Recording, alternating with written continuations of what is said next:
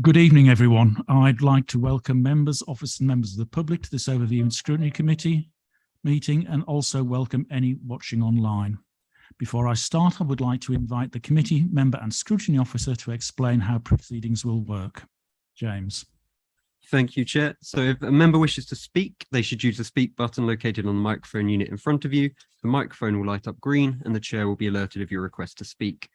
When the chair invites you to speak, your microphone will be made red, at which point it will be live and you can speak. The normal procedure rules in respect of debate and times to speak will apply. Voting, when requested to vote, voting will be via the yes, no, abstain buttons on your microphone unit. Details of how members voted will be shown on the screens around the room and the result will be visible on the YouTube stream. In the event of a tied vote, the chair will have the casting vote. Part 2, there is an item on the agenda this evening that includes discussion of some exempt and confidential information under Section 100A of the Local Government Act 1972. If or when a motion is passed to that effect, we will take a short break to ask members of the public and press to leave the room before proceeding with business. Once the Part 2 item is concluded, the room will reopen and the press and public may return to the room for the rest of the meeting. Are there any questions before we proceed with the meeting? No, I will now hand back to the chair. Thank you, James. Apologies for absence. I have received apologies from Councillor Tony Hunter, who is being substituted by Councillor George Davies, and Councillor Nigel Mason, who is being substituted by Councillor Sean Nolan. Are there any further apologies? No. Thank you. Notification of any other business? There is none. Chair's announcements. In accordance with the council policy, this meeting is being audio recorded as well as filmed. The audio recording will be available on the NHDC website and the film recording via the NHDC YouTube channel. Members are reminded to make declarations of interest before an item. The detailed reminder about this and speaking right is set out under Chair's announcements on the agenda. Members are also reminded of Rules 6.3.12 that if a member of the Overview and Scrutiny Committee is subject to a party whip in respect of an issue to be considered by it, then member must declare the existence of the whip and the nature of it before the commencement of deliberation of the matter. The declaration and the detail of the whipping arrangements shall be recorded in minutes after the meeting. A briefing note has been provided to members with details of the call to account procedure. I have agreed to an alteration in the order of items on the agenda and will take items 8, 9 and 10, all relating to call to account, before item 7, which is the waste contract. I intend to call a short break in proceedings after the call to account items have been concluded. I would also say if there are any members of the press here tonight who wish to have interview people, that should, if it's members of the public, that should be done outside of the building, not in the corridors. And other arrangements will be made for that if there is such a call for that. Called in items there are none. Public participation, we have a presentation from Mrs. Deborah Pollard. Did you want to say something? Can I recuse myself, please, from item 8, as I'm involved as chair of planning? Certainly. Public participation, we have a presentation from Mrs. Deborah Pollard to receive tonight. Thank you for joining us, Deborah. Please remember that the presentation should last no more than 5 minutes. We will notify you when you have 1 minute remaining. Members may put questions of clarification through the chair concerning your presentation. May I call on Mrs. Deborah Pollard to address the committee?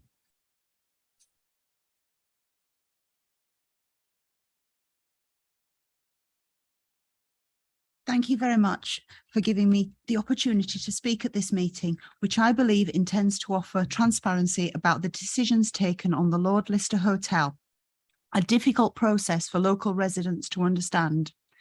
It is therefore disappointing that only one report pack is available to the public, and the public may be excluded from the second part of the meeting about the Lord Lister. I am sure that the councillors attending tonight will have many questions themselves to raise. However, I would like to pose a few questions for consideration from the local community. Antisocial behaviour.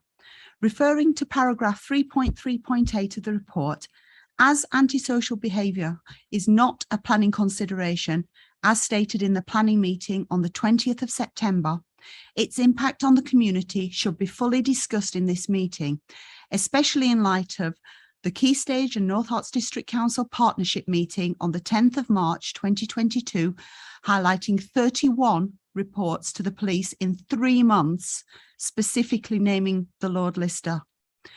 The Key Stage Impact Report of June 22, highlighting 26 incidents since opening.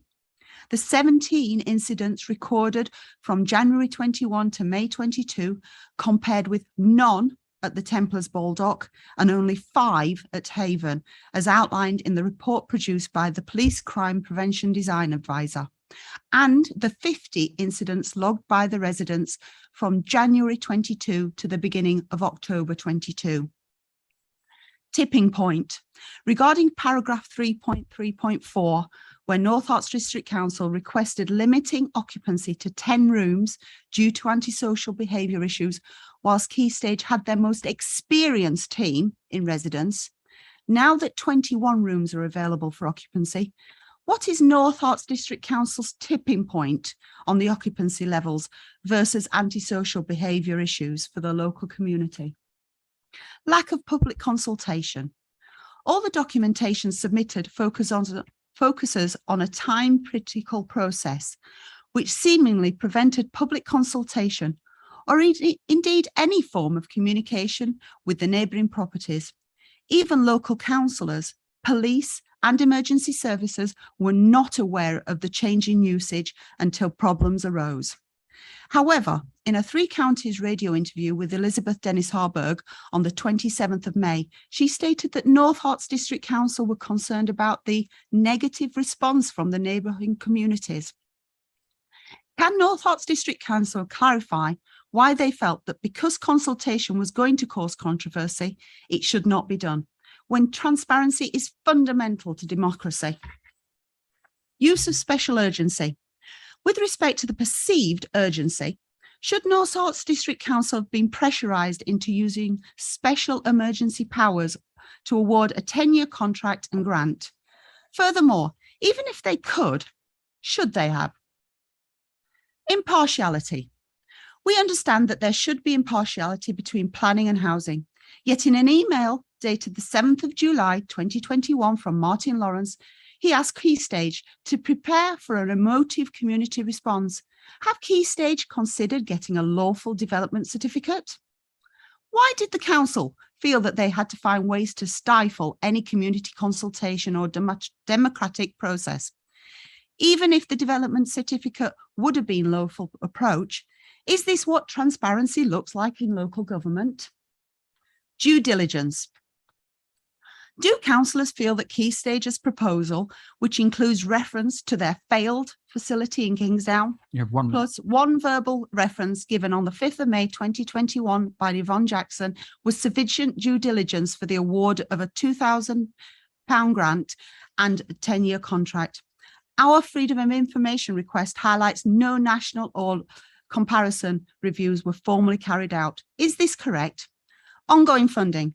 Key Stage proposal letter dated 25th of June 2021 states that without additional funding support will need to be reduced. Why has the council agreed to a 10-year contract for a provision of a service with 24-hour support for residents with complex needs, for which Key Stage do not have long-term funding guaranteed? In conclusion, it appears that North Herts District Council have sought to retrospectively complete the due diligence process for this grant award, with written references sought on the April 22. Engagement with stakeholder networks progressed as a consequence of community complaints. What commitment can now be given to residents of Highbury Ward that Key Stage will provide the support needed for these complex individuals, such that a risk of further antisocial behaviour is mitigated, as was promised in their grant proposed? Thank you very much. Your time was just up, but you've managed to get it squeezed into the end there. Do I have any questions of clarification from any members? Councillor Willoughby, Alistair. So, Chair, I would just like to make clear that I will not be speaking, participating or voting if applicable during items 8, 10 and 5, the public participation. While I was not Deputy Executive for Housing and Environmental during the time of the urgent delegated decision on the Lord Lister, nor indeed a councillor, I do not think it would be appropriate to take part in these items given my current. Thank you for that. Do I have any questions for the speaker? No, thank you very much for that. You can stay where you want or move to the back if you feel more comfortable down there.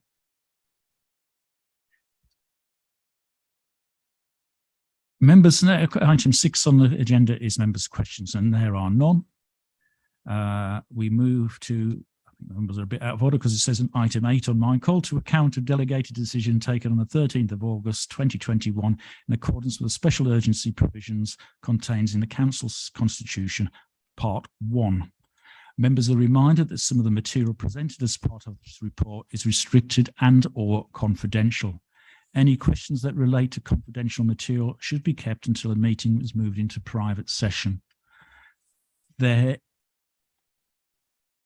were additional documents released today, and I hope you've all got those additional documents that released from Part 1 into Part 2 into Part 1. I would remind members as well that we cannot discuss the planning application itself. The planning application is a separate legislative process.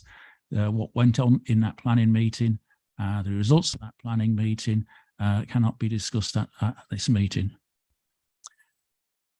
We have in front of you have proposed areas of investigation, and the following questions are included for guidance to members. Briefly into 4 headings: the reason for the urgency, grant allocation, the choice of key stage, and performance monitoring. And there are separate sets of questions on those. You should all have those at the very back of your briefing papers.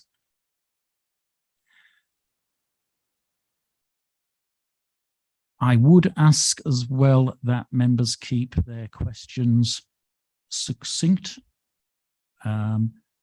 Don't ask leading questions, please. Don't ask questions that may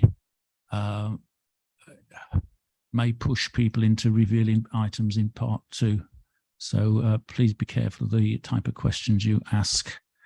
What I propose to do now is ask the 3 people who have been brought to this call to account. Please introduce yourselves, and if one of you wants to present the report. Thank you very much, Chair. I'm Elizabeth Dennis Harburg. I'm the leader of the council. I think what we're going to do is sort of effectively provide the overview and the summary of the report that members have got in their packs, and we'll run through that in a sort of chronological order as those events sort of occurred and unfolded to assist. So it won't necessarily match the questioning that's been provided in the pre-meeting briefing packs that everybody has. But do please, if any of those questions are not answered by the content we provide, ask us the questions. I'll let the other 2 introduce themselves, and then Martin will be the first one to speak on the substantives. Thank you, Chair. Anthony Roach, Managing Director. Just to also add to Councillor Dennis Harburg's opening remarks, I think it might make sense, Chair, if you're happy with this approach, if we pause after the initial decision and then invite questions and discussion around that point, and then come back to present the information about what has subsequently transpired. Yes. Okay. In which case, Mr. Lawrence will start. Thank you. Thank you, Chairman. Martin Lawrence, Strategic Housing Manager. So I don't propose to go through the report in too much detail, but I would like to highlight some key areas of how the decision was proposed. And then, as Anthony says, we can have a break and then take some questions, and then we can move on to the operational aspects. Just before looking at the report, just a reminder for members that it's almost 20 years since the council had its own housing stock. So we are a stockless local authority, but we're still the local housing authority. So when Parliament makes changes to housing and homelessness legislation, it comes to us. It doesn't come to Herts County, it doesn't go to housing associations, it comes to us as a district.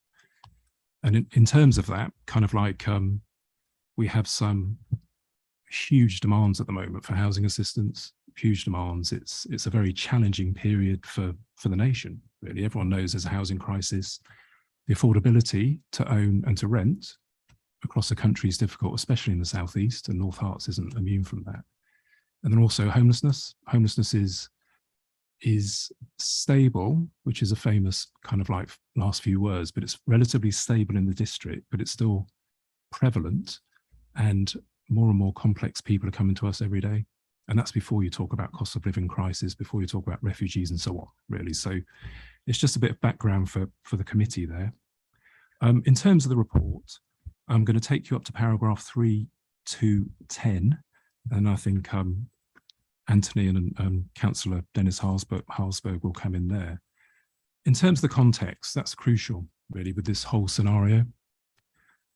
We're in unprecedented times, a huge demand for accommodation across the board, especially for single people. And this was pre-pandemic. So obviously in a pandemic, things change, and we had a directive from government to get everyone in. So that didn't mean kind of like going out to get people, as it sounds. It's kind of like people were coming to us because they weren't necessarily living on the street, but they were in sofa surfing, they were living in unstable situations on friends' floors and so on, and people couldn't self-isolate. So they came to us, and we had about 150 people we picked up in the year 21-22, and that's mainly individuals. So there wasn't anywhere to put them.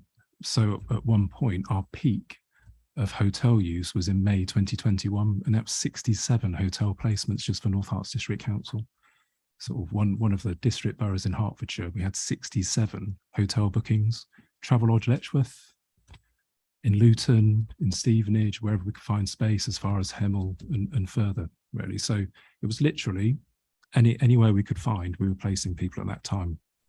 And a lot of what we found was, one of the good things about getting people in is you learn about them. So we found the roof wasn't enough. I mean, a hotel room is a long-term sort of solution anyway, but you actually learn more about the people you're working with, the residents of your district. And there were a lot of complex needs, a lot of people with underlying issues, where homelessness was a symptom of an underlying issue that had been around for a long time. Some with poor mental health might have had it all their life, for example. Because they're homeless, giving them a roof doesn't help them in the long term unless they get that support as well. And sometimes people come with several of these needs. So substance misuse, sometimes offending behaviours, which none of us like. And so it's about supporting and getting people through that process so they stop offending and so on, really. So quite often a combination of factors presented themselves. As a district, we don't have anywhere to put people. And this is in our housing strategy from 2019 and before.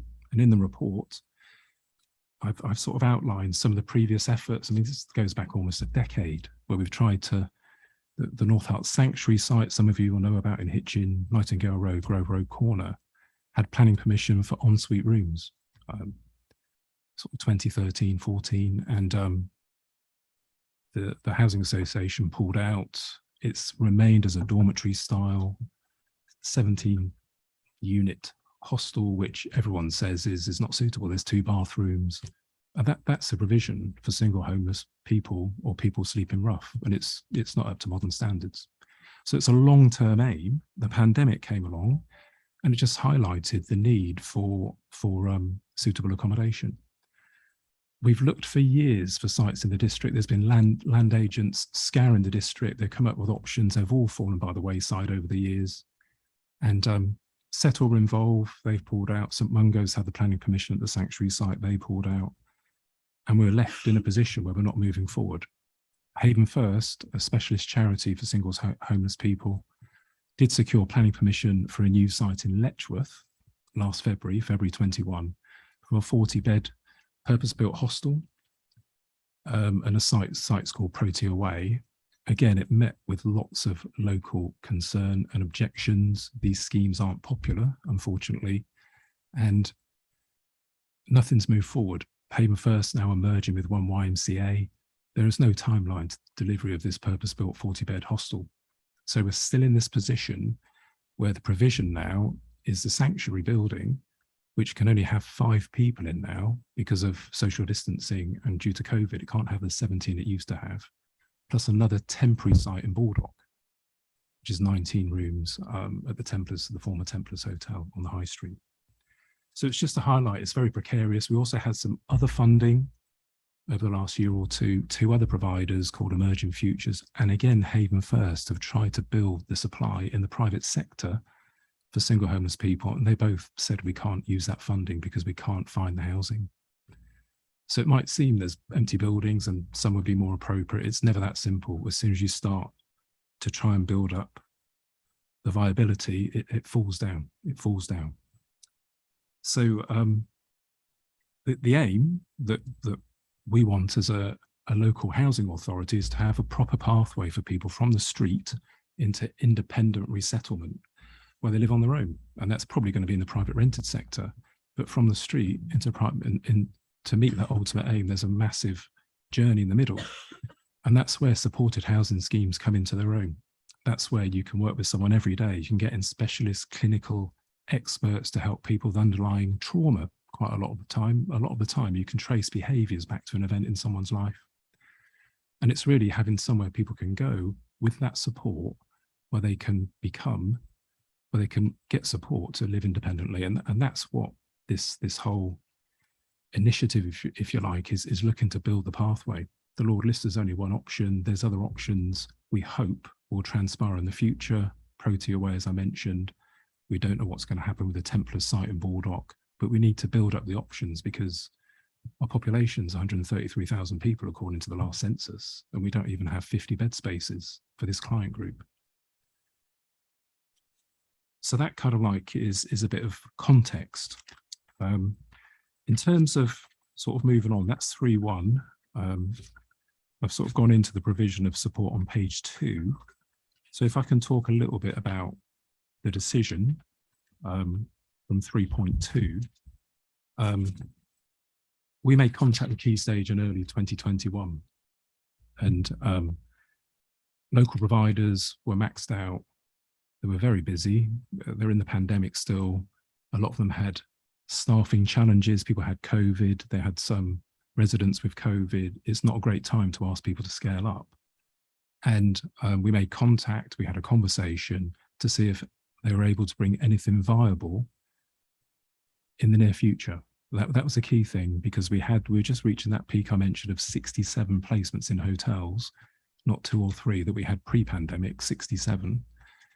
And so at the same time, we made contact with Luton, and it was very positive. And Luton commissioned Key Stage. They've done so since January 2019.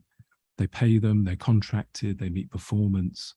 There's 5 or 6 providers in Luton. Key Stage are one of the best providers in that group, and they've increased the level of performance within those other providers. They come from a trauma-informed approach, and their results are exceptional in a housing market which is very difficult. The Luton housing market, we have people come to us from Luton, and we sense the pressures that borough has to help people with housing. So we made contact with them. We spoke to Luton Borough Council as well. It seemed there might be an opportunity, and so they attended a meeting with Councillor Grindle in June, who was the exec member at the time. It went very positively, and then that resulted in their proposal in, I think it's the 25th of June, 21. At that time, they'd already identified the Lord Lister Hotel. They'd spoken to the owner. It appeared very cordial. There might have been the opportunity for something to happen. There might not have been something. You never know with these things, as you know, I'm sure. There were no other options, nothing worthy of consideration at all. It's not as if you can drive around the district and identify half a dozen and then appraise them. It just wasn't like that. It hasn't been like that for the last 10 years. Following the proposal, it was mentioned at the COVID Response and Recovery Board in July 21, and 2 ward councillors were there amongst other councillors. But the negotiations were going on in the background with the owners and Key Stage, and they were becoming kind of like lengthy, and I think they became quite difficult, and things came to a head, and we were presented with a an opportunity that was time limited, simple as that. Key Stage don't know how we work internally. They presented me with the information. I spoke internally to colleagues and councillors, and the proposal was made. That's the background to this. Any questions so far on Martin's presentation? No. Anthony, do you want to carry on? Oh, sorry. Councillor Strong. Sorry, it's a bit late coming in. Yes, you mentioned during the pandemic that a lot of hotel accommodation was being used because you had a high pubs. Was the Lord Lister at that stage being used? I'll be honest, Councillor Strong, I don't know. I don't think so, because we would look for local hotels in local areas, and I think it might have been closed, to be honest. Well, what's the opinion? Sorry, I didn't know. I just wanted to know whether it was being used. And Anthony, do you want to come in at this point? Thank you, Chair. Yes, if I pick it up at the point at which Martin and colleagues come to me with the proposal. So I was first, starting point, I was aware of all of the background that Martin has raised in terms of the Everyone In initiative, the implications for us as an authority, the number of people in hotel accommodation, all of the context that Martin has set out.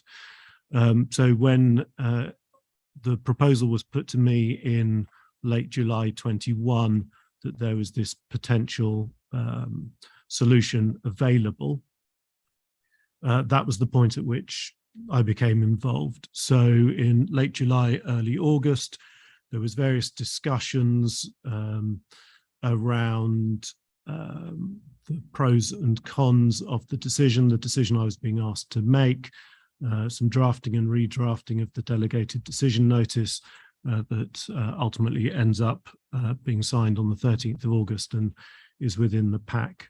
So why was it me that was being asked to take that decision?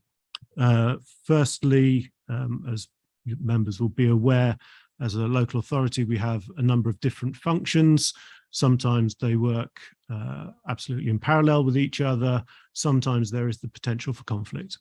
And in this particular situation, we had two hats that we as an authority were wearing. We were the housing authority, seeking to find a solution to all of the homeless issues that Martin has raised. And we were also the planning authority, potentially, that would sit in determination on any planning application that would come forward. Now, the way we are structured internally is that the same service director is responsible for both of those departments. Clearly, in a situation where you have a potential conflict between the two decision-making arms of the council, you need to separate that. And we have a long-established policy for that, which we always follow in these sorts of circumstances, or on projects where the council might be taking forward a proposal that may involve, say, our commercial team bringing something forward that either licensing or planning would have to decide on. So it's the same policy that applies in all circumstances.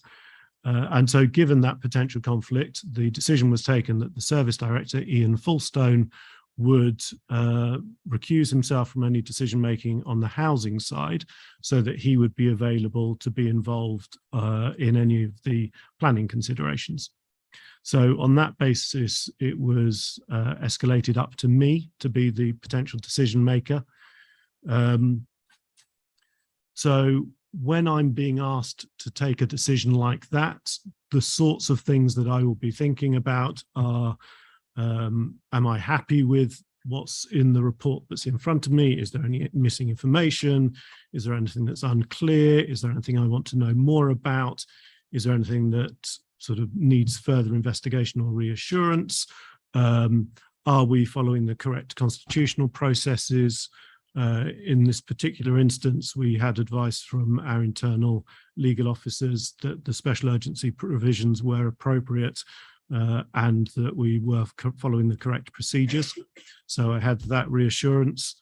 I would also be asking myself the question, is this genuinely urgent, or can this wait for some other decision-making process? So in this case, either a delegated decision that didn't require the special urgency provisions, so could be subject to call-in or the normal decision-making processes, or could it wait for Cabinet to take a decision? And there was a Cabinet meeting coming up in, date escapes me, but roughly mid to late September 21. And the very clear steer from Martin and colleagues relaying the information from Key Stage was we couldn't wait. If we waited, we would lose the opportunity. One of the other factors I would be considering is essentially, is this a potentially very contentious decision that I wouldn't be comfortable making without wanting that wider political involvement. Clearly, what has transpired subsequently is it has proved to be very contentious. At the time that the decision was being made, and that's the basis on which we sort of have to judge that decision, on the information available at the time, the 3 group leaders had been consulted, 2 of the 3 ward councillors had been consulted, and the chair of Overview and Scrutiny had been consulted, and no one had raised any substantive issues as to why that decision could or shouldn't be taken that way. So on that basis, I was happy to use those urgency provisions to take the decision. As I said, the decision is in the papers, so I won't go into the detail of it. Could we or could I have done it differently? Potentially, but and we have put in section 4 of the report some lessons learned that we've identified, and obviously interested to hear also the conclusions of the committee as to where you think lessons can be learned as well. But some of the things that we flagged there in terms of, could you require public consultation first, or could you require the planning application first? In other circumstances, potentially you could. So Martin mentioned the Haven First scheme in Letchworth. That one, because of the nature of it and the nature of the site, they did put in for planning first prior to then bringing it forward. The nature of this opportunity was that that wasn't possible. The deal would have collapsed. And so I was left with a very binary choice of, do we make this decision to have this facility, or do we take the decision not to have it? And given the context that Martin has spelt out, the clear homeless pressures that we were under at the time and would continue to be under, combined with, frankly, uncertainty over government funding, whilst they had very well funded the Everyone In scheme, there was no long-term commitment as to how that was going to be funded. And so we needed solutions that would be available longer term. And so on that basis, the decision was taken to specifically provide the grant funding to Key Stage, which then enabled them to commit to purchasing the Lord Lister and proceed with the project. If I pause at that point, Elizabeth, is there anything you wish to add? Yes, thank you very much, Anthony. So Anthony has set out how he, as managing director, i.e. for the councils in the room, an officer, approaches this situation. Now, clearly in a local authority, we have officers who are here first and foremost to advise and provide us with opinions as councillors. Even though this is a delegated decision, it is best practice for officers to come to us as executive members, as leaders, with those types of delegated decisions to let us know what they're thinking about doing, why they might be going to do that thing, and ask for sign-off. It's equally best practice, as happened in this instance, to consult with the chair of Overview and Scrutiny as well on matters like this. So my involvement in this may or may not actually have been before the 29th of July. I say that because every week myself and my deputy leader have a briefing with Anthony in his role as managing director, and we run through key strategic issues that are coming up, things that he's working on, things that we would like to progress. Sometimes, yeah, we do get a bit parochial in bringing some local casework too. And those of you who remember Paul Clark will be no stranger to his passion for the area which he represented. I do not recall, and while Anthony was speaking, some of you might have noticed I was working through my phone. I was looking for the email of the agenda for the briefing that we had, where this item first came up, and I couldn't trace it. So I cannot say honestly that the 29th of July was the first time I heard about this issue. However, the 29th of July, as Anthony and Martin have set out, was the first point when there was significant internal examination and consideration of the issues around what we can do to provide support for some of our most vulnerable residents in this district. And the Lord Lister was specifically named on documents. And the attendees of that meeting were myself, Councillor Clark, who was a ward member for Highbury as well, Councillor Collins, Councillor Derbyshire, and Councillor Strong. I have an error on my record of the minutes, which says that Councillor Ian Albert was both present and had apologised. I don't think it's beyond Councillor Ian Albert's ability to apologise for being present sometimes. So we had the advice and the explanation, and my view was that this seemed, on the face of it, from the evidence that we were being provided, which was very similar to the account that Martin has given here this evening about this district's need, temporary accommodation, doing the right thing for incredibly vulnerable people, and an opportunity to do something to help resolve that. That was provided. It was examined. We were told that our housing portfolio holder also agreed with this matter in principle. No decision was made at that particular meeting. This was merely an update.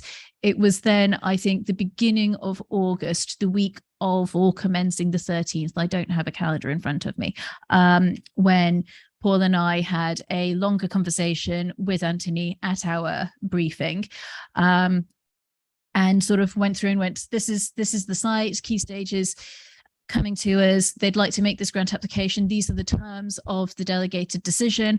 Are you happy with it?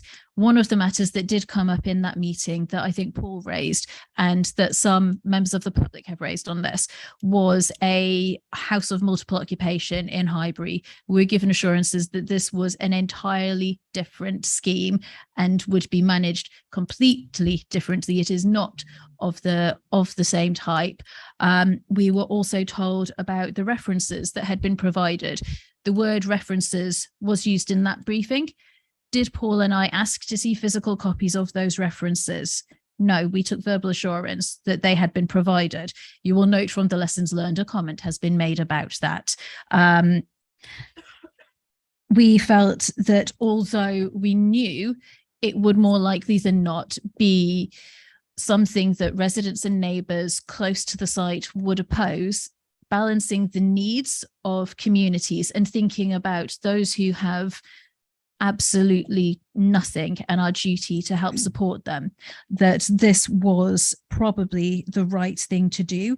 There were questions and considerations, as some of you who have heard or seen various bits that I've done in the media will know, around whether and how and who ought to consult the local community and the local residents, and the very clear importance of ensuring that the provider was going to be a good neighbour to the existing community in that particular area.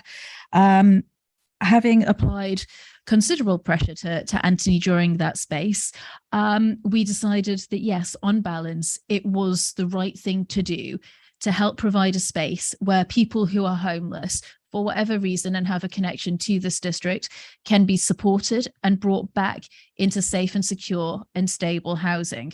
And I think if we all ask ourselves that question honestly, most people would want to try and to do the right thing.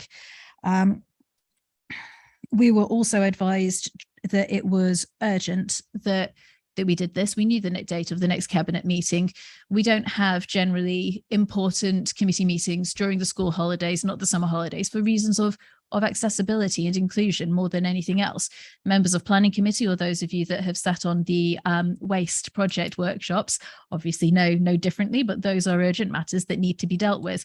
This was an urgent decision that needed to be handled, because if it wasn't taken at this time, the advice we received was that the opportunity would be lost and there were no other options coming on the horizon. We knew the situation with the facility in Letchworth. We knew how many people we had in hotels. We also knew that come the winter, there would be significant uncertainty around how COVID would impact on our vulnerable homeless residents. And we knew that we needed to do something. And it seemed, based on the evidence provided to us by our officers, based on the evidence Key Stage had provided to our officers, that this was a fair and reasonable and just decision for us to take and to move forward. We do believe that adequate information was presented to us at the time that we made, well, there's a question about whether adequate information was presented, and I'm sure that we might come on to that because some of the issues that have happened since have thrown additional light on whether or not we were given everything that we wanted at that time. But on the face of it, when we were making that decision, Paul and I had no reason to doubt that it was right. I don't think David had any reason to doubt, as chair of scrutiny, when he was provided with the information on the delegated decision, that it was one that should be supported. Of course, had David not felt that he could support that delegated decision or something was wrong with it, I'm certain he would have called it in. I think at this point in time, that's all you need to hear from me in terms of the political decision making and the things that went on. I think that there are other comments we can make related to developments following the delegated authority. What I will do now is move back into the proposed areas of investigation, and so we'll cover reasons for urgency first. The role of the chairman of overview and scrutiny in a urgency decision is to satisfy themselves that the decision made meets the requirements of urgency. They do not have to consider the contents, the report that came with it, of why, of what the thing was doing. It's just whether it meets the requirement of being a matter of urgency. In Appendix 2, you'll see the email trail, and the reason we were given as why it was a matter of urgency is that Key Stage were looking to purchase the Lord, or the companies involved with Key Stage were looking to purchase the Lord Lister Hotel, and they needed a final response by the 24th of August, which may have been extended till the 31st of August. Otherwise, the opportunity would have been lost. That was the reason set out in the email from Martin to myself, Elizabeth, and Anthony was CC'd in on it. Based on that, and as there was no other scheduled cabinet meetings before those dates, this was actually dated the 12th of August, as there are no other cabinet meetings before those dates, or shortly after that date, that is why I considered it had to be a matter of urgency. So following on from that one, when did people become aware that they would not, that it wasn't such an urgent thing to meet those 31st of August dates? When was it found out that actually it was going to be much longer before Key Stage could acquire the property? Yeah, Councillor Strong. Yeah, I'd just like to make a response to the Chief Executive. I was not consulted on the decision that was being taken. I know you had your role only in making as chair of scrutiny, which is part of our council procedures for making urgent decisions. I would also, has been mentioned of the meeting of the 29th of July, which I was present at, and that was one of my first COVID response and recovery project board meetings, where actually homelessness, I think, came to the board, because I hadn't been on the board before that time because we'd had a change of leadership in the group. So I think I'm also looking at it, I think reflections perhaps of what was said, and they may vary between some of us. but I don't remember anything in that when we had the presentation made to us by Martin Lawrence about dates and urgency or anything. It was just, there's a project out there. It might come to something, it might not. And it was also in there was a comment that ML agreed to talk to the local pub and sports bar should negotiations look like coming to fruition. Now, that meeting was tabled on the 29th of July. Councillor Strong, can I just remind you that that I thought it was released. COVID response board. I thought that was in the new pack. No, it's in the COVID response board. It's actually in policy. Well, it was referenced by the leader of the council that we were in the COVID response board and who was in that meeting. Okay. And it was, I think, kind of injected that perhaps I knew a lot about this project, which I did not. What I have found from the pack, though, is that we have been provided with a copy of the project, which I had never seen a copy of that project until we got into these meetings.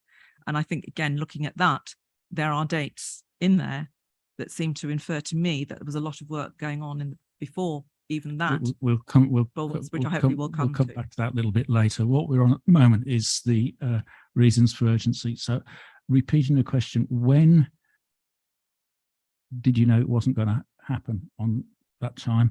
And actually, when did they come and when did they tell you that it was, that they had that deadline, and how? Thank you, Chairman. So that was communicated, the deadline, the ultimatum was communicated just before the request was made to Anthony and Councillor Dennis Harsberg.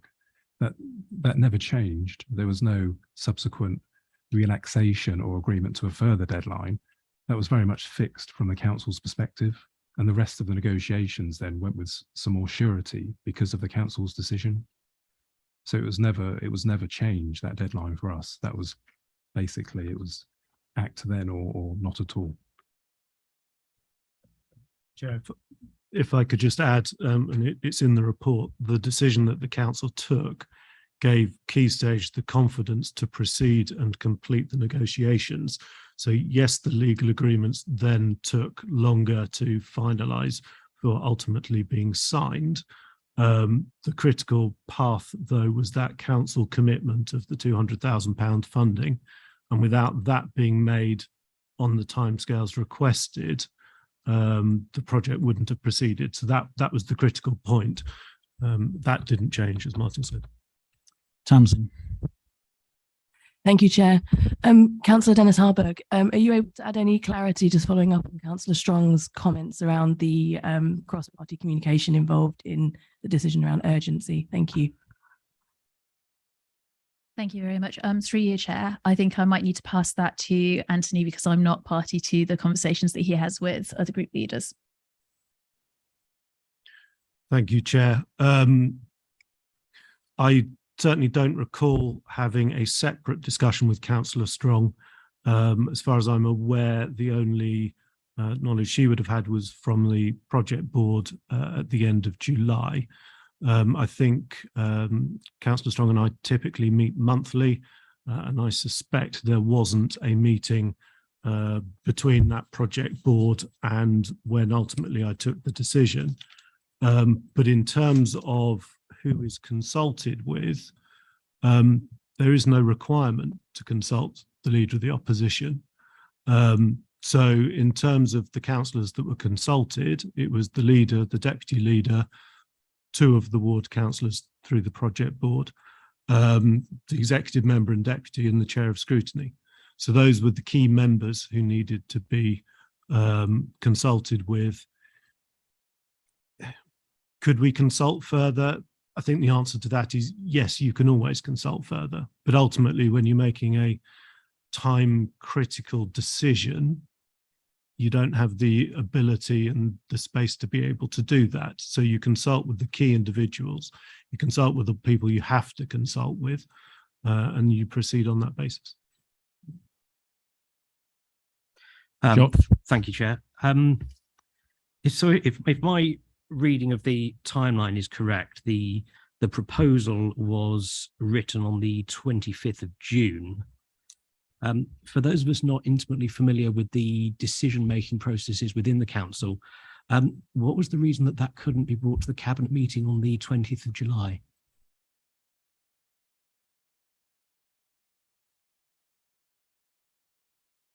Thank you, Chairman. So there are a number of assurances the council needed to make sure it was a viable option, and they took some time. And you'll see in the decision report, there's a number of safeguards we had to negotiate that took time. It was likely to go nowhere. I mean, there's sometimes proposals that come forward that aren't worthy of presentation. This one took some time to unpick. So that's the reason for the sort of timescale.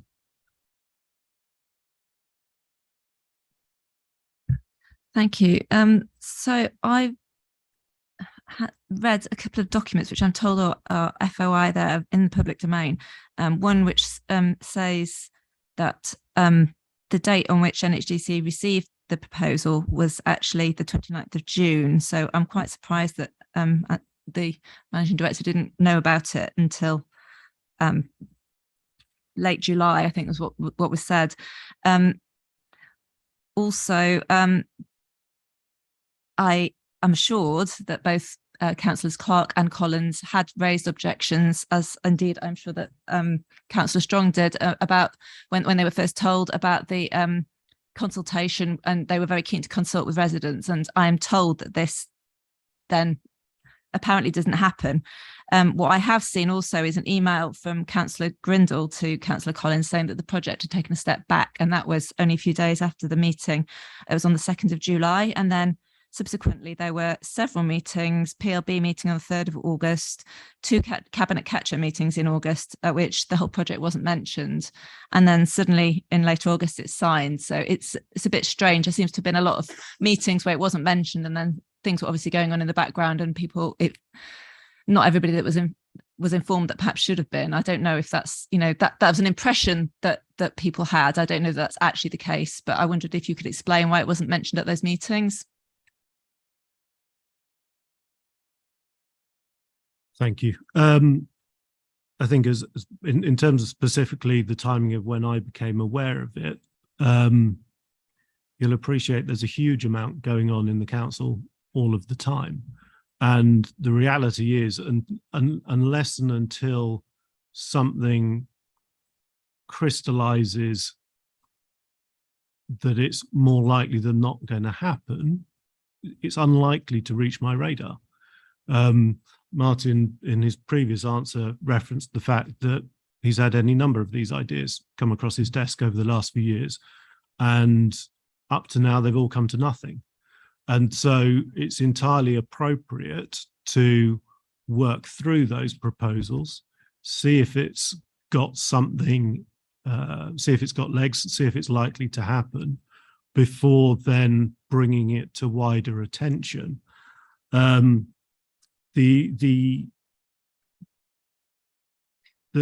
terms of the other discussions that could have taken place, the COVID project board, as has already been mentioned, was a private meeting.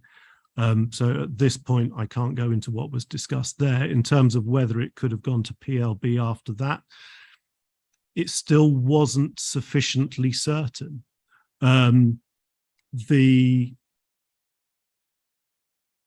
The timing of when it starts to get serious in terms of likely to need to make a decision was, from sort of research I've been doing this morning, around the 5th of August, maybe 1 or 2 days before that.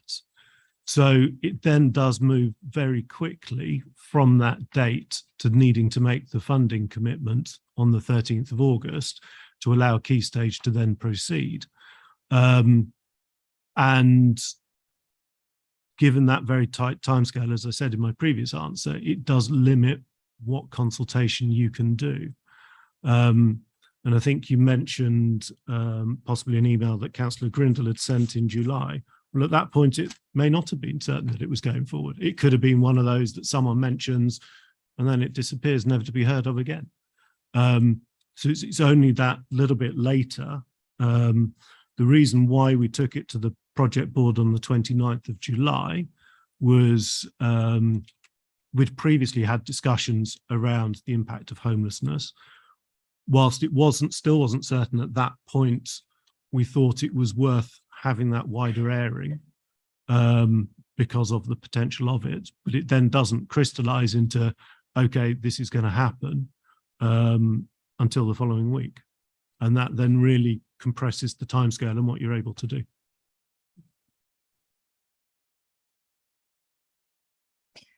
Thank you. And just to sort of briefly add and clarify, as an administration, what we do is have an informal fortnightly catch up of cabinet members, where everybody sort of presents strategic issues that might be going on within their portfolio areas, or we discuss wider points to make sure that we're all on the same page and to really work together effectively as a cabinet unit. If the housing portfolio holder at that time didn't feel that this was a project that was moving forward, didn't feel that it was necessary to be discussed, or if one of these meetings fell before we knew that we were going to be making that delegated decision, or after the delegated decision was made and circulated to all members, then clearly it wouldn't come up there. Also, for members who recall, Paul, when he didn't want something to happen or disagreed with something, was not afraid of saying so and making his views incredibly well known. I can assure Councillor Collins that, because I know where these questions have come from, thank you for doing Sam's homework, Carol. I can assure Councillor Collins that when we did discuss this in our briefing with Anthony, Paul was on board. His main concerns were making sure that this would not be of a similar type to the facility that was in the HMO elsewhere in the ward, because that was not as successful as anybody, I think, wanted it to be. That was the only grumble that came up. And absolutely, as my current deputy Ruth will know, if a deputy says to me, I'm not happy with this isn't okay, we find a way around it. We reach an agreement. We don't just press ahead and ride roughshod over them. I didn't have any contact at all from Councillor Collins directly on this matter. I think the first time that I heard anything out of him was some months later, maybe in March, at a cabinet catch-up that I did while I was at home in Doncaster with my dad. Thank you. Before I move on to some of the other questions, I'm going to come back and pick up a little point I think was made by George. Councillors first contacted Key Stage Housing in February 21 following the presentation of Key Stage Hertfordshire Housing. There were no other options, which is fine. That's been explained why. After the and it says in the report, after the introductory meeting with Key Stage Housing, Luton Borough Council approached Neurolas Commissioner Key Stage Services to discuss their performance, and a lengthy meeting was held in May 2021. Key Stage Housing put their detailed proposal forward on the 25th of June 2021. And a very last paragraph of that says, the acquisition is progressed now as far as it can without the readiness of available funds to meet the costs set out above. Therefore, to deliver upon the timetable, as soon as decision by NHDC grant match to fund the project is required, and ideally before the 5th of July 2021, etc. Given that fact that they were asking for that, yet that report and full proposal was before you in June, why couldn't something have been brought to the July Cabinet, at least an in-principle decision? The proposal was set out, you knew there was no alternatives, so why that couldn't, and at least an in-principle or subject to agreement proposal being brought to Cabinet in July? Thank you, Chairman. So this was very much an outline proposal. And as Anthony alluded to, sometimes it's a very delicate balance between having enough detail to be comfortable with putting something forward. For example, we had an option of other units in Hatfield, and they became very advanced. And in the end, we didn't, because it's outside of the district and so on. And we didn't bring that forward for consideration. So a lot of work goes in to potential schemes. And this one in particular was very unusual. So in the actual decision, you'll see in paragraph 9.5, there's a number of conditions we had to negotiate with Key Stage alongside their proposal. And the proposal had to stack up for us as the district council, but equally there had to work in operational terms, but equally there had to be enough comfort to put it in front of decision makers so that the balance was right. So even though there was an outline, you know, we can't waste committee members and what have you, senior officers' time. There wasn't enough comfort to bring it forward at the time. And you'll see in my email to yourself and Councillor Dennis Harsberg that was virtually the point we received enough information to make it worthy of presentation. I think I actually put that expression in my email to you. So it took a number of weeks and months to make it viable, so it could be properly considered. Yes, thank you for that answer. I've got Councillor Nolan, then Strong, then Compton. Councillor Nolan. Thank you, Chair.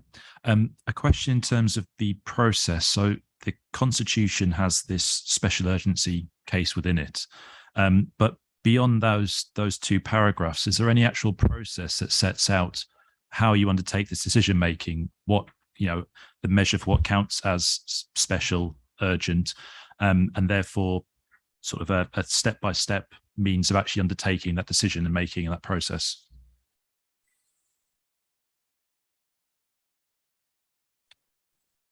Chair, the rules are set out in the Constitution. There isn't anything additional. There are guidance notes that sit around the delegated decision report, but that's more about what goes into it in terms of informing the decision maker. And so it is very much in the hands of the decision maker, who is always going to be in those circumstances an experienced officer, as to what information they require to ensure that they are comfortable with the decision they are being asked to take, and that it's being appropriately taken. So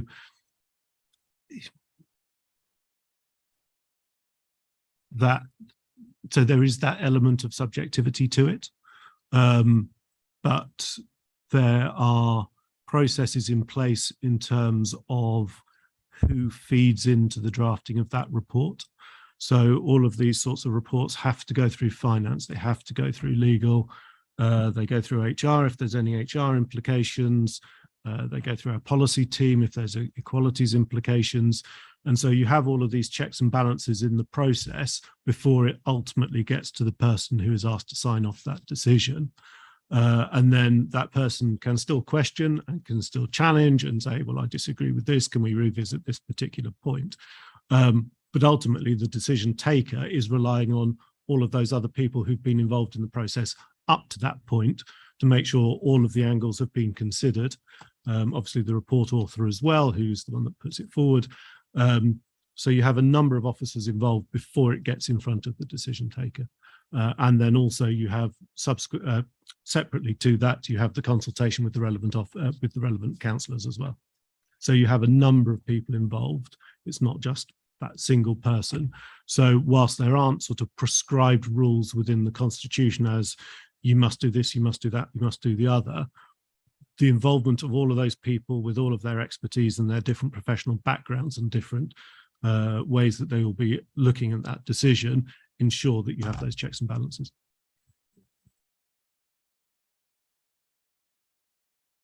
Thank you, Chairman. Again, just looking at the timelines, and I mean, the only documents we have is the proposal is the one that has been sent in the pack and actually is in the public domain. And you're saying that that was like only maybe not a complete proposal, in which case in that proposal, it actually says that there's the £200,000 worth of NHD's funding. So it does seem as though an awful lot of negotiations might have gone into putting that proposal that they made to us. But if that wasn't the final proposal, is there another document that has not been shared with us tonight, which was an updated project proposal? And there's also, there's an email or the email trail where you were just doing the ticking the boxes with the on the conditions of the HPG funding, because this is where this 200,000 was coming from. And again, there's emails around that giving the go ahead for this from the 19th of July. So I think it comes back to whether, you know, the amount you said it wasn't a fully worked up proposal, and then kind of mentioned another proposal from another area, which was obviously some of this in the room is nothing we'd ever heard of before. So I'm saying if this wasn't the final proposal, where is the final proposal? And what's different about what we've seen in our papers and what was then finally agreed to? So through you, Chairman. So taking the second question first, Councillor Strong. So the ministry or department, whatever they were at the time, were consulted as part of the process to check they were happy with or content with that expenditure. So that was one of a series of measures that had to be undertaken before it could come forward for a formal decision. So sometimes we ask them questions, but things don't materialise by way of proposals. In terms of the other query, that was the initial proposal from Key Stage. There was lots of discussion on the back of that, and the final form of the service is contained in the contracts. So there's no other document in between. There was lots of discussion.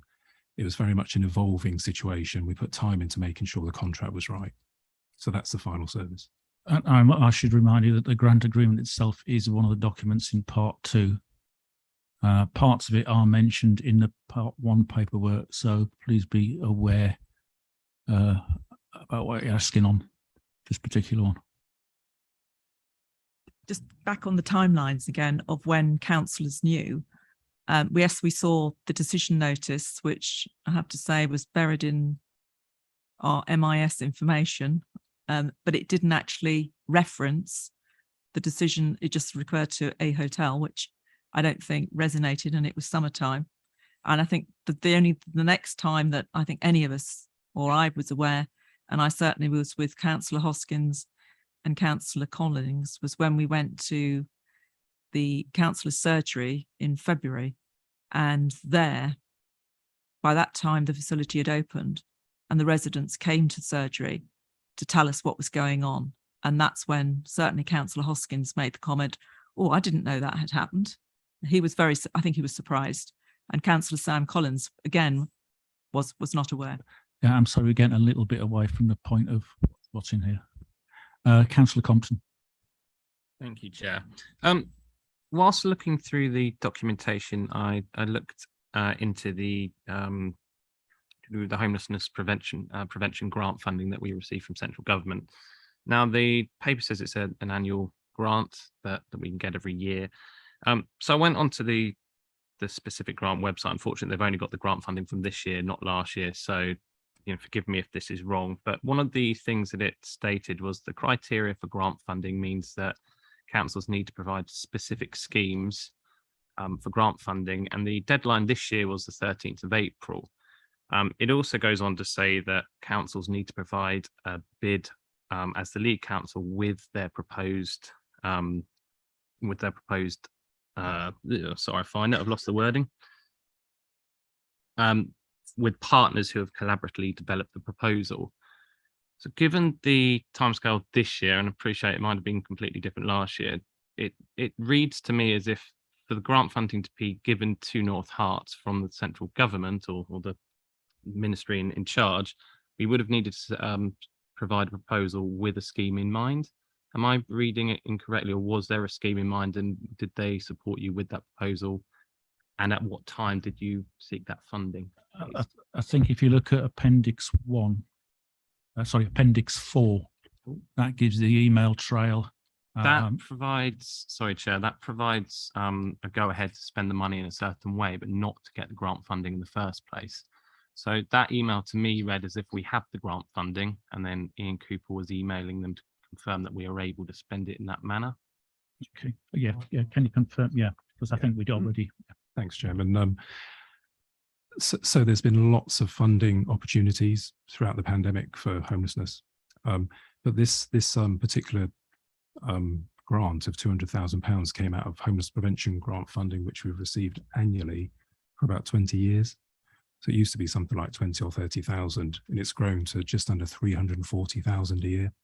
So that's the current amount for this year, and it was the same amount last year. I think you're referring to other funding rounds. There's an RSI 5, roughly per initiative 5 funding round, which we have been lucky. Actually, we've got some funding which will come forward to the Cabinet in December to make a decision on for supported accommodation services for rough sleepers and single homeless people. And there was also another capital round. There's lots of initiatives out there. The annual one we knew in advance, we knew months, I think it's probably winter of last year, what we were going to get this year, and it would have been the same the year before. And that's why we emailed the ministry just to double check they were happy with it, but normally it can be used quite flexibly as long as it's for homelessness services. So, Chair, if I could just clarify, so it's an allocation we're provided with, it's not something we have to bid for. The grant allocation bit now, first bit on there was it awarded in accordance with the rules for the grant scheme? From what we've heard and in the report, it appears it certainly was. Next bit of that is, was the grant agreement fully negotiated and has it been adhered to? I've heard that we had without going into part 2, we had the outline proposal for what they wanted to provide as part of that grant agreement, and we have the part 1 papers which sets out the summarised copies of the contracts and everything. Have all those bits within there been fully adhered to? Yeah, Chairman. Okay, can I draw your attention to 18 on page 112? Last bullet point. Key Stage would seek to register a restriction against the title in favour of the council to provide some additional best value security for the payment. We have received confirmation that the application to register this restriction has indeed been made in accordance with the contract. I did request this information some time ago, never received it because I asked for a copy of the land registry with the charges register on there. The charge register does not have a charge registered in favour of North Hertfordshire District Council. Were you aware of that? Chair, if I could, yes, we are aware. We equally asked our colleagues in the legal team to check, and simply put, the application has gone in, but it's delays at the land registry in terms of processing that application and getting the title updated. So that's outside of the control of both Key Stage and this council. But we will continue to keep an eye on the title to make sure it does appear on there. As it stands at the moment, this council has no charge registered and has no comeback on that grant money allocated, although that was part of the agreement. And the report I have from the land registry I acquired on the 27th of September.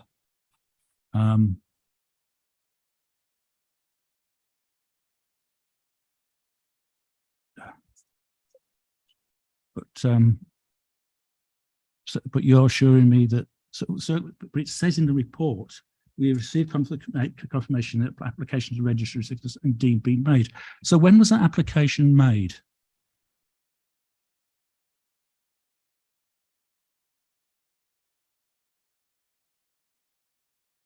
Yeah.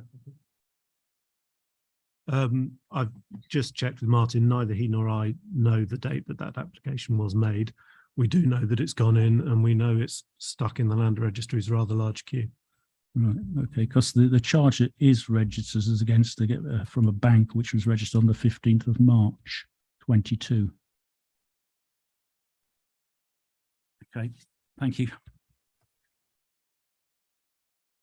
I've got Councillor Compton first, please. Oh, thank Councillor Strong. Well, just a question on that then.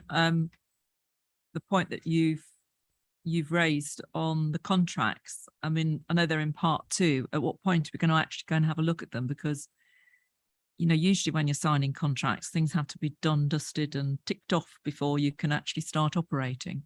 or doing whatever it is you're trying to do in your contract. And that starts to give me a few concerns. I wonder at what point we're actually going to have a look at that.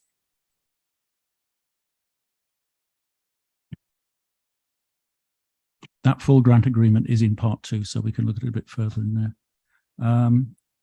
Next bit on that grant allocation question was how were the terms of the grant agreement reached? That I think that's been sufficiently explained, and what alternative options were considered. And I think that's been sufficiently explained in the report and the questions and things. I think the only option from what I gather was do nothing and not provide the homeless accommodation.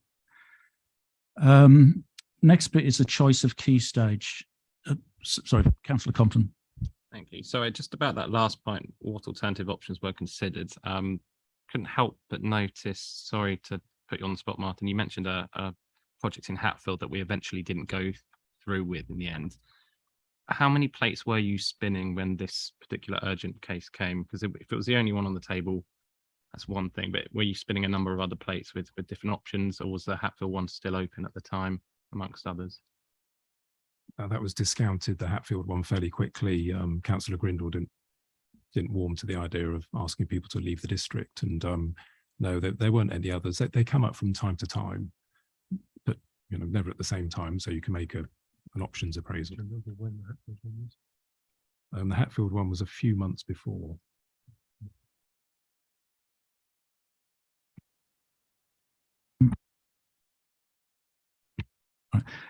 Moving on to the next bit of choice of key stage. How was key stage identified as a potential partner? I think that's quite clearly set out how they were identified.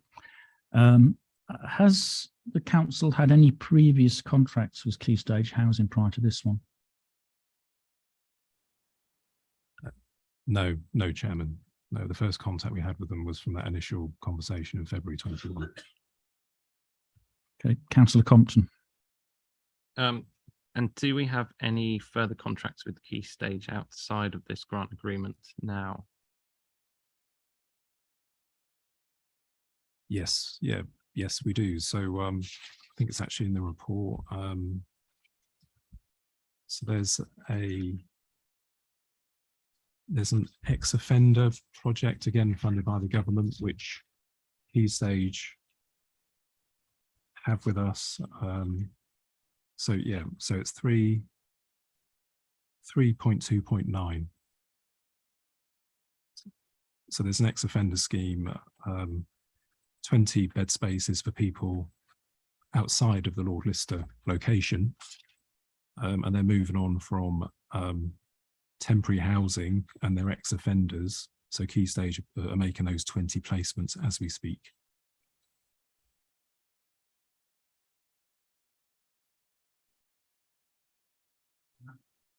And that decision was taken round about the same time as this one. That's right. That's right. There were some queries as to whether there was any overlap between the schemes. They're two completely separate schemes. Okay, thank you for that clarification.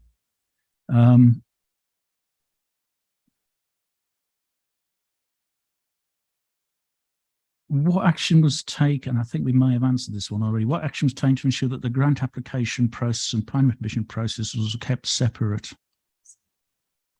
And I think you may have answered this one with Anthony may have answered this one. Yes, Chair, just to confirm, that was the reason I was the decision taker, was to keep Ian Fullstone separate for the planning side of things. Any discussions that Key Stage had with planning officers were kept separate to the discussions they were having with Martin and housing officers. So there was separation of powers to allow for separate decision-making processes, which potentially could have reached separate decisions and different decisions. Thank you. Councillor Compton again. Sorry. One thing I did note about that particular separation of powers is that the buck stops with planning. And is it really the best possible way to have your subordinate on planning whilst you're coming through with a decision, Anthony? Would it be better maybe in future to have a look at that and say maybe two people on an equal kill would have those two different decisions. I'm just quite conscious that it seems like a bit of a conflict of interest, even though you're trying to avoid that. Does that make sense? Sorry. I understand the point. Essentially, could we have delegated someone else to take the decision? I don't think it makes a difference that it was me making the decision as opposed to any other service director. The planning authority, we are always incredibly scrupulous to allow it to act independently. As Councillor Levitt pointed out at the start, Scrutiny isn't allowed to scrutinise planning decisions, so I'll be very careful with where I go with my next comments. But the planning process very much has its own rules, its own procedures, its own policies that decisions are judged against. And so that is allowed to be entirely independent. So whether it was me or someone else making the decision on the housing side bears absolutely no influence whatsoever over the planning side.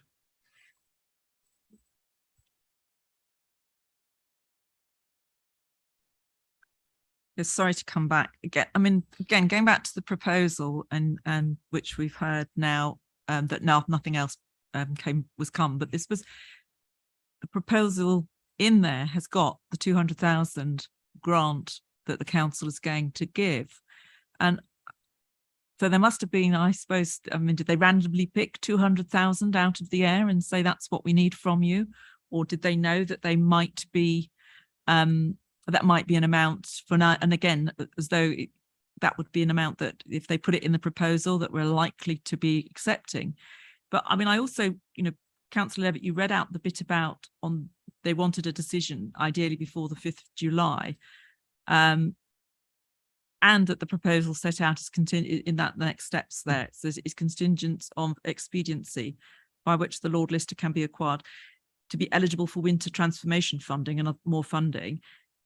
We need to have this to be in operation by the 1st of October.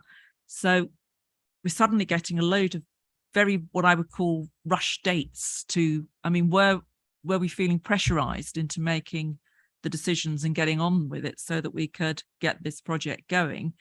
And if there was lots of things that needed to be, as you said, with the proposal you had in June, that there was lots of untied ends that needed to be sort of worked out, it was suddenly being rushed forward so that we could meet deadlines of key stage.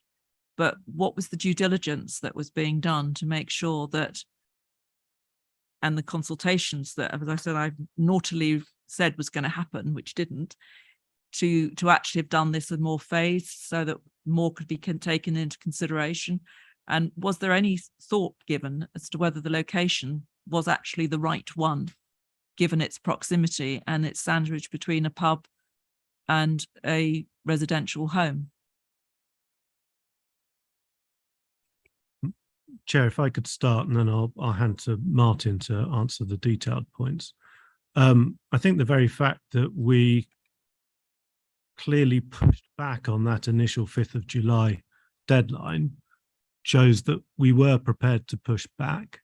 We were prepared to take some time to do the due diligence to make sure that we were comfortable with it. Yes, as I said earlier, by the time we get to a month later in early August, things happened quickly at that point.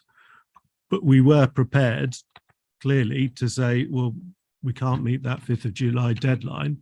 We're going to need more time to satisfy ourselves before we're in a position to take a decision on it. With that said, I'll hand over to Martin to answer your various other questions. Thank you. In terms of the location, I think that the community aspect of it was really important, and these schemes are pepper potted around the country in such locations. I've been to St Mungo's Hostel in Covent Garden, for example, and in neighbouring boroughs you have similar schemes in residential areas. I mean, in terms of kind of like the clientele, you're looking at people who are coming back into society, who need to be part of the community, they need local services and so on. So I think in terms of the sort of model, again, looking at St Mungo's, for example, they've just secured retrospective planning permission for a 50-bed hotel in Brighton, which is in the middle of a residential area. So these schemes can work, and it's important that we don't isolate people. So yes, consideration was given to the location. 200,000. So, and in terms of the amount, that was a negotiation really about the sort of potential purchase price, funding that we had remaining, and what would make the proposal viable or not. So it was just kind of like reaching a point through discussion over what might work over 10 years, £20,000 a year. Again, is this value for money? Does this stack up? Is it worthy of presentation as a formal proposal? So it was very much by way of dialogue, looking at the funding gap and looking at the benefit the council would receive for helping its most vulnerable residents. Tamsin. Thank you, Chair. I became a new councillor this year after volunteering with councillors in the pandemic. And I remember how absolutely horrendous it was and how phenomenal the pivot of councils were to support people who I hadn't realised how much deprivation there was around the corner from me in Islington. And that's why I'm now here. And the thing that's not coming through to me in this scrutiny process is what was happening to the 67 residents while this process dragged on.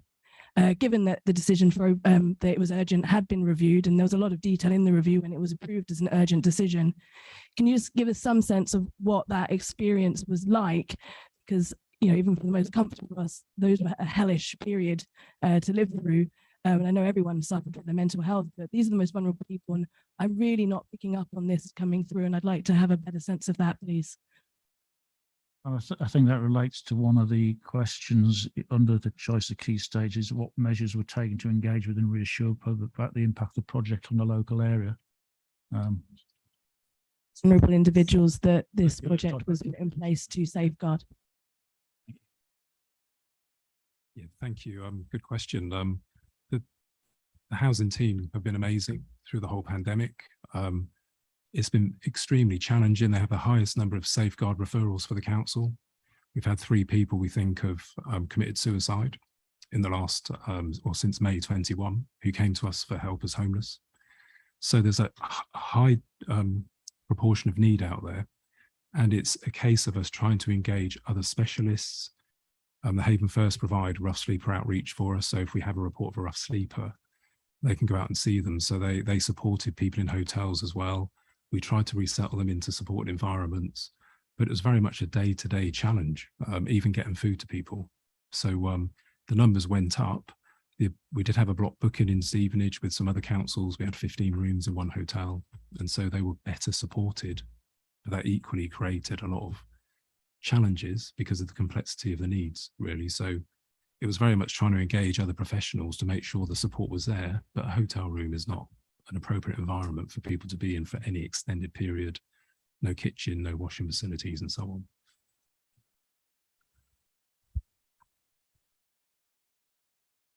on. Thank you. The 200,000 figure that was arrived at through negotiation, I was just wondering to fill in my mental timeline, if you could say over what period that negotiation occurred.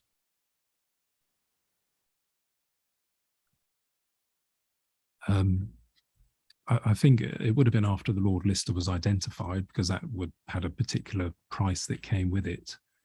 And so it would have been some point between February and June.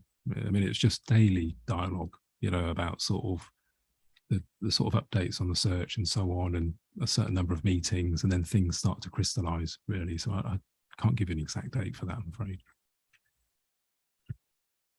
Chair, if I could. Also, I think worth adding that, of course, at that stage, everything was just being discussed in principle.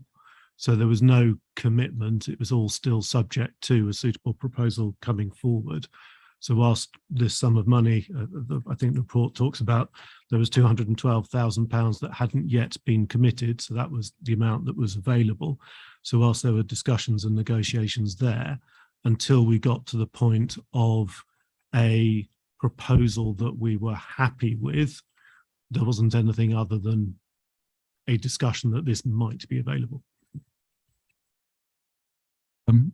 Tamsin, your I think just to follow up, because for those 67 residents who were in hotel arrangements, so it was already not fit for purpose. But if this scheme hadn't come along, what would the cost have been to the council to keep them in that sort of subpar arrangement? It was about £400,000 net over 2 years. Clearly, at that level, it would have been a lot higher. Things did kind of like recovery began shortly after. So during the summer last year, as you know, so we were able to move some people on. So the numbers did naturally come down, but the cost is phenomenal, and you know it adds up so quickly. So it's another consideration for us really as we looked at this option. Thank you. I've got nobody else indicating to speak or ask questions at the moment.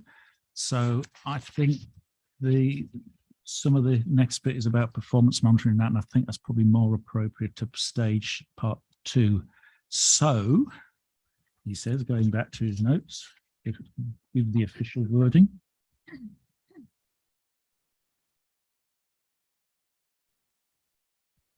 That I propose that under section 100A of the Local Government Act 1972, the press and public be excluded from the meeting on the grounds the following report will involve the likely disclosure of exempt information as defined in paragraphs 3 and part 1 of schedule 12A of the said act as amended.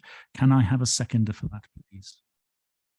Thank you, Councillor Strong. And if we can move to the vote on that, please, James or Will.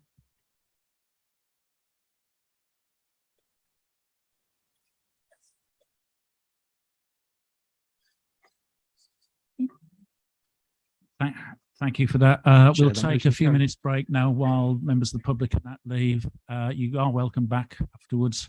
But if we have about 5-6 minutes for a break.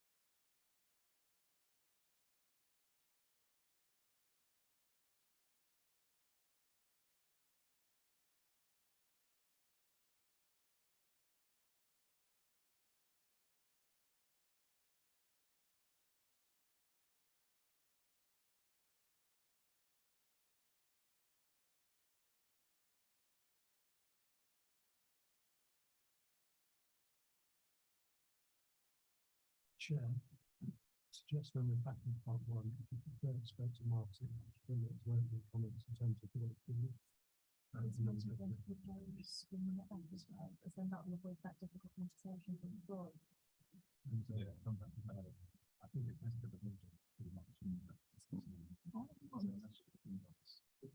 Yeah, I'll start it off because I've got something to say about where we go next, and then if you can come in. That'd be good because then it also takes it away from Claire. Yeah. Control.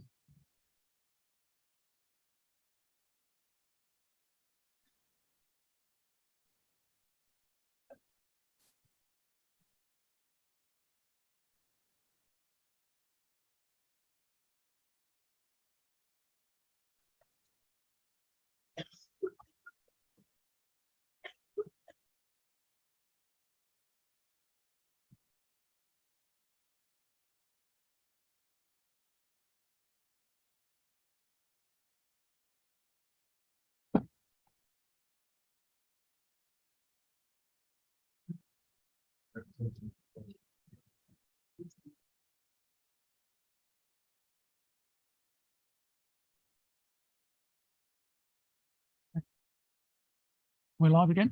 Thank you. Right. Hello, everybody. Welcome back. Thank you for your patience. We now move back into part one to summarise. During part two, we've discussed some of the issues around a contractual agreement, antisocial behaviour issues, which form part of the licensing agreement and things. The next stage in this is to myself with the scrutiny officer will prepare a report for overview and scrutiny on what we've heard tonight and make further recommendations on that.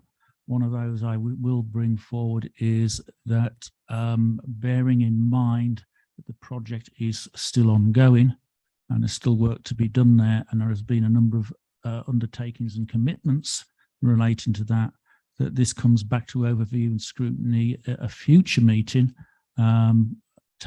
date to be discussed, but there will be a report to council on where we stand at the moment in October. Martin, do you want to comment on that? Thank you, Chairman. So the planning committee made their decision last week and gave 3 months for the enhancements to the building to be undertaken. So I don't think it's feasible to look at any sort of increase in the numbers there. But again, I'm going to talk to the exec member on Monday about the principles for rollout. So I think it's doubtful if anything will happen in 2022. If the committee wants to have an update on it, it might be prudent to allow a 3-month period into 2023 where it's likely to be some sort of increase, and it might be better placed to provide a more accurate update of the service some point after March next year. So yeah, okay. I think I do agree that March might be a little bit too long. We'll look at it. Certain, I think 3 months is too early because the project is still ongoing and I have got the 3 months to sort it. I think we'll discuss that with the scrutiny officer and we'll put in a suitable date. I'm also looking at what I'm trying to remember what's on the work program, because we do have a crime and disorder thing coming up fairly soon as well. So as part of the overview and scrutiny's work program, and one of those was about behaviour. So we may be able to pull something in there as well. Okay, that Court of Account is different to most things here. We don't have a recommendation before us. So what happens next is it comes back, the report is made, goes out to overview and scrutiny committee for comment, and then it will go to full council in probably October.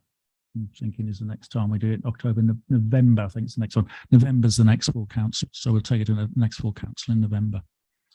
Okay, thank you for that, everybody. And we'll move on. Do members wish to have a short break for the next item? Or happy to move on? Happy to move on. Okay. We shall move on to agenda item. When I find it.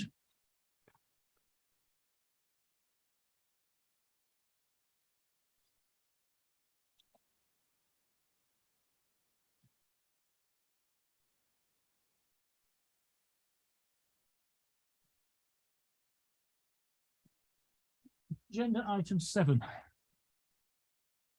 Future design, service design of the waste recycling and street cleansing service.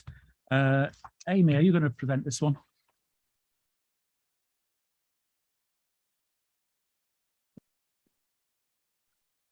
Thank you, Chair. I was involved in the majority of the workshops in the working group for this item, so I don't think it's appropriate that I take part.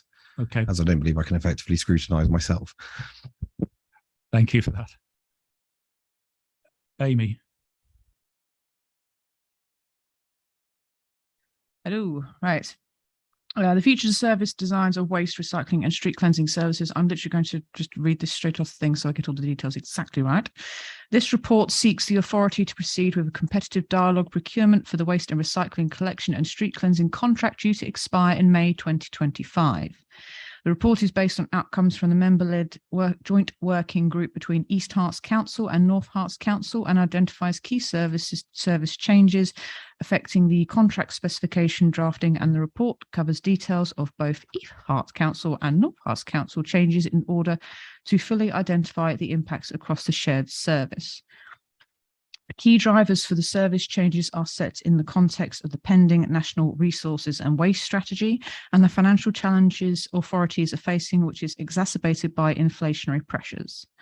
It is anticipated that the proposed changes will secure a more financially and environmentally sustainable service, as well as making our joint contract attractive to the market. Our pre-engagement working have identified that aligned services is a key consideration for bidders. In particular, members are asked to consider extended frequency residual waste collections for the majority of households, supported by a continuation of weekly food and fortnightly recycling, cessation of textiles and battery curbside collection services. Service proposals will be supported with a major communications plan and additional staff resource to ensure a smooth transition to the new services. Any questions? Thank you for that. Chloe, have you anything as the report, or do you have anything to add to that? Just as a minor point, I'd like to refer to 8.31 of the report, and there is a correction there. It states 122,000 tonnes, and it should say 122 tonnes. So just that correction.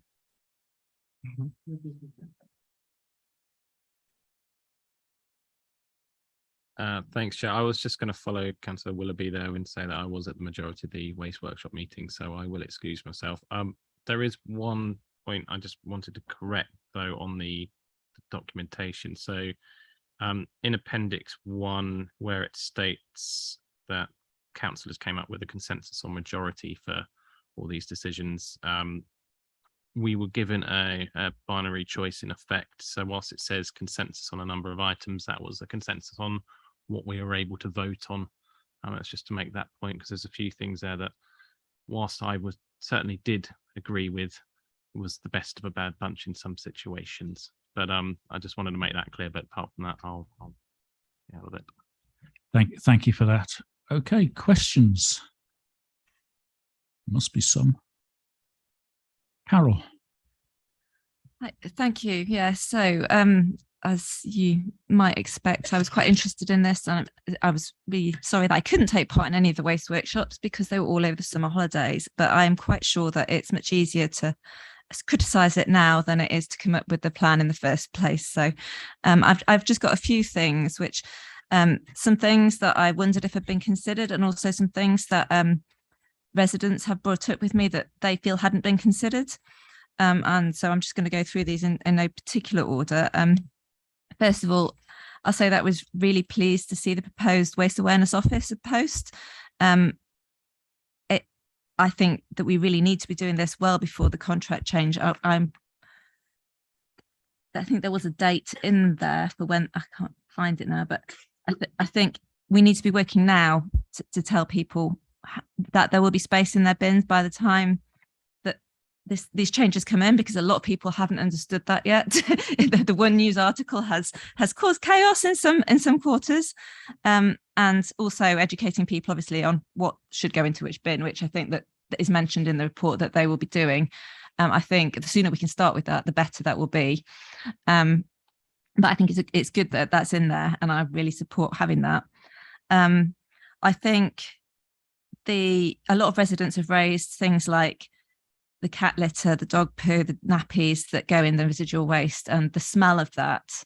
Not so much the volume, but the smell. And I personally, I haven't experienced the smell with my child's nappies. I don't have a cat or a dog, so I don't know how that affects things. But is that something that's actually been, that's been considered? Is there a way of dealing with it? Is there potential to add a service to address that? Shall I just go through my questions and you can answer afterwards? Is that easier? Yeah. I personally found having a 2 and a 3 weekly cycle really confusing. That might just be me, but I don't know. As it is at the moment, I mostly go out and look at what my neighbours have put on the streets, and if I do that, then I'm pretty sure that quite a lot of other people do that as well. So it has to be. I'm not saying don't do it. I'm saying think really carefully how you're going to communicate that with people and how they're going to find out which is the right bin to put out on the right day. I did wonder about, so leading on from the cat litter and so on. Somebody mentioned their rabbit bedding to me. Currently, that has to go in residual waste, doesn't it? We also have gerbils. We compost that waste, but if you haven't got a compost heap, then it has to go in residual. And I know that I've discussed with you, Chloe, in the past about the potential to change that so that it could go into the brown bins potentially, because actually vegetarian animal waste isn't a problem in compost really. So I wondered whether that had been considered as part of this. I know that's partly a Hertfordshire thing rather than a collection thing, but and I wondered if the new contract could incorporate anything about the contractors assisting somehow with litter picking, to make it easier to have a more distributed service than we currently have, where everything has to go via Buntingford, and that's quite awkward for people who want to litter pick in different parts of the district. I don't know if it's possible to ask them about that. They might just say no, but I think with some of the things that we know have been ongoing issues, it might be nice to ask the people who are bidding for this what they might be able to do to help us with those things. So that, I think, though, the only other point I had at 8.25, there is a reduction of waste. 8.2, I've written 8.25. Yeah, so when the Welsh councils introduced this change to the 3 weekly collection, they demonstrated that waste arisings are likely to fall as a result of change. It says later in the report that this isn't seen in fly tipping, but where does it go? Are we sure that it definitely means that people are recycling more, or what do they do with it? Do they burn it instead? I'd really like to know where it goes. So I don't know if you've got any insight on that. Sorry, I'll shut up now. Thank you. There's two parts really. That one is about the publicity and the public engagement side of it, which I think Sarah might be better off qualified to answer. And any other bits about it? Do you want to take that way, or? Okay. Okay, so I'll go through sort of as I've written my notes. So in terms of items like pet litter and cat and dog feces and the like, we accept that, that's not the most pleasant waste to have in your bin, but it is in a bin. And generally speaking, I know if I lift the bin, my bin at home, it does smell, but you're keeping the lid down, it's fine. There are obviously alternative options for composting animal waste out there. Whether residents choose to do that, that's entirely up to them. In terms of things like nappy waste, we are making provision for that in our policies. And the proposal, as the report mentions, is to come forward with full details of the policy in spring in an additional report, partly because that does give us time to have some pre-engagement conversations with bidders about the best ways of servicing, and of course do further research on what all of the other councils are doing in relation to 3 weekly services that are already operating. In terms of confusion of the cycle, that is very much linked to how we move forward with our digital services for the service. So of course we do have online bin checkers now. You may know that some councils will tweet every week, or we have a text messaging service. So we will be exploring all of the options for communicating the sort of collection cycle with residents. Again, part of this sort of planning process that we'll go through to support the contract itself. In terms of vegetarian animal waste, it's actually not to do with it not being able to go in the bin and be composted. It's actually a legislative issue. So we are unable to charge for other items other than garden waste, and that's where the issue comes in. So it's more of a legislative issue. Your bin as a resident isn't going to be rejected for having a bit of straw or hay in it, I'd like to think, but it is a legislative issue. We cannot charge for waste that's not garden waste. In terms of the distribution of litter picking kits, that is something that is done by the client team currently, and obviously they are based at Buntingford. We have in the past offered parishes the opportunity to buy at cost their own kits, and we can do that again to enable, you know, access for more local communities to litter picking kits. Obviously happy to look at, you know, options for that in the future in whatever form. I've mentioned we are doing some pre-engagement work with bidders at the moment, which is part of a sort of standard procurement process, which is all sort of pre us going out to tender. And we are talking to them about, you know, what sort of support. We will have a significant proportion of our contract evaluation allocated to social value, which will of course cover some of this sort of added value work that we hope the bidders will supply to us. And in terms of where does the waste go if it's not going in the residual bin? Obviously, a lot of councils see a massive upturn in recycling. When North Herts introduced the 180 litre wheeled bin, we actually just saw a total waste reduction of around 4,600 or 800 tonnes. It was a massive waste reduction, and people do change their habits. And it wasn't that all of that waste went through the household waste recycling centres. It wasn't that waste was fly tipped. It was just a waste reduction, and people do change their habits a little bit. Obviously, that's not an immediate impact. It's a gradual impact. But ultimately, we are hoping that we just see higher participation in the food waste services and higher participation in the recycling, you know, dry recycling services. Did you want to cover comms or give you some of it? I'll let Chloe answer the specific question about the waste awareness officer in terms of timings. But as far as I'm aware, that the whole plan with the waste awareness officer is to bring them in prior to the start of the contract. I'm just not entirely sure which date it is.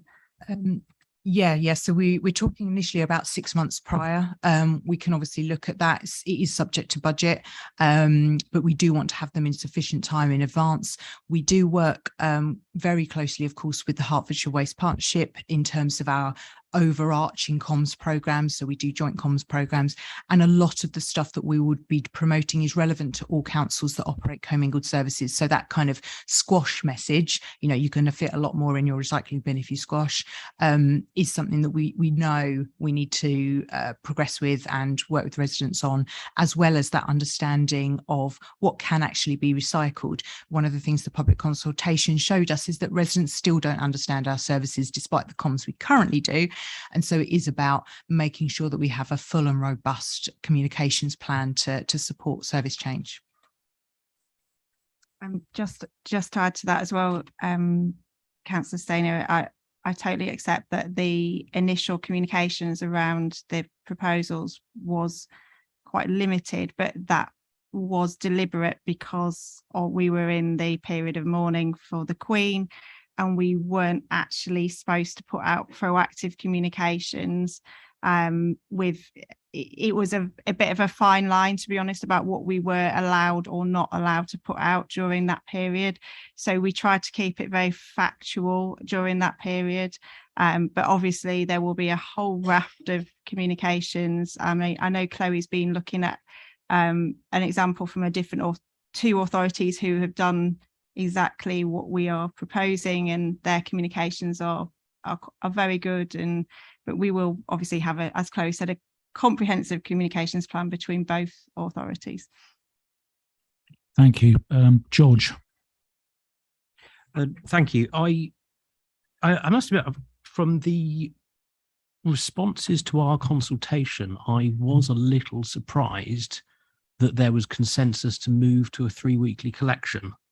Clearly, if you go from a 2-weekly to a 3-weekly collection, you're adding 50% more waste to each bin. Our own consultation suggests that before behavioural adjustment, 47% of residents will now not have enough space in their bin from their own reported bin fullness under the current collections. Now, obviously, the report says the word consensus is used when there was universal agreement among councillors that was the way to go. Is it possible? We heard earlier, though, that there were sort of choices between options. Can we confirm whether the status quo option of 2 weeks was one of the options put to that group of councillors? And irrespective of that, are we going on past experience? Have we got any sort of modelling of how much behaviour we think can change? Because obviously there has been a previous behavioural change in the amount of recycling that people use versus general waste, but that must surely have a limit and a diminishing return at some point. And just as a final point, I'm aware, living on the border as I do, I'm aware that we offer bin side collection for recycling at the moment, but we do not for general waste, as far as I'm aware. Though living on the border with Stevenage, I believe they do. Has any consideration been given to mitigating this problem by offering additional bin side collection if a few residents do need it? If you're happy for me to answer. So in terms of the adding 50% of waste to the other residual collection, of course, what we are hoping is for behaviour change. So we've got a proportion of residents, as identified in the report, that are saying their bins are actually half full or less, quite a significant proportion saying their bins are half full or less. However, we expect that behaviour change. So we know that 43% of the residual waste bin could be recycled in the current collection service. We are also, of course, proposing in this report that we add plastic film as an item to our mixed dry recycling service to again help take more material out of the residual waste bin. So we are hoping that with further education about what can be recycled, that residents will suddenly find that actually, oh, I didn't realise, I could recycle that, and they can then make those changes. We know that participation levels in our food waste collection service, although on par in general with other food waste collection services around the country, could still be better. And we know that we can encourage our residents to use that weekly food service, which will take a massive proportion of waste from the residual waste bin. In terms of whether or not members at the working group consider the status quo, yes, that was one of the options on the table. Of course, as Councillor Allen has already identified, one of the priorities for the working group, as agreed by Cabinet previously, was to look at the financial and environmental sustainability of the service. So, of course, continuing with the status quo doesn't provide any added benefit in terms of those two elements. In terms of the side waste, unfortunately, the problem with offering something like a side waste collection is it will be taken advantage of by those who just do not want to try and put any effort into recycling more. So we wouldn't be looking to offer that. What I would say, however, is we will be doing a full review of things like our extra waste capacity policy, which may mean that other residents fall into the criteria for that, or we may provide more additional recycling receptacles for perhaps larger households. Those are all things that we can look at, and of course overview and scrutiny can consider for the spring report that we're proposing. Did I miss? Thank you for that. I'm just going to pick up a little bit on George's point there before I go to Claire. The figures on page 39, Appendix 4 and the questionnaire. The purple bin at the moment, 18.5% say they're full or overflowing. 28.83% say they're 3/4 full. 27.89% say they are half full or more. If you divide that by 2 and multiply it by 3, which is what you would need to work out a 3 weekly one, that takes the full to overflowing to 25%, the 3/4 full to 36%, and a half full 35%. And note that already nearly 48.51% of people say their black bins are full. Mine certainly is. And another 33% say that it's 3/4 full. So if we wanted to get people doing more recycling, they don't seem to have anywhere to put it, is the point. I see the paper ones and that are quite low. The other point made earlier in the report is that other authorities have moved quite easily to the 3 weekly waste collections, and there's a list of those. I do note that most of those, though, have a 240 litre residual bin, so they would have the room to put the extras in. And they also, a lot of them also introduced extra recycling at the same time. I'm concerned that with this current size bins we've got, it's not going to be achievable, the 3 weekly collection.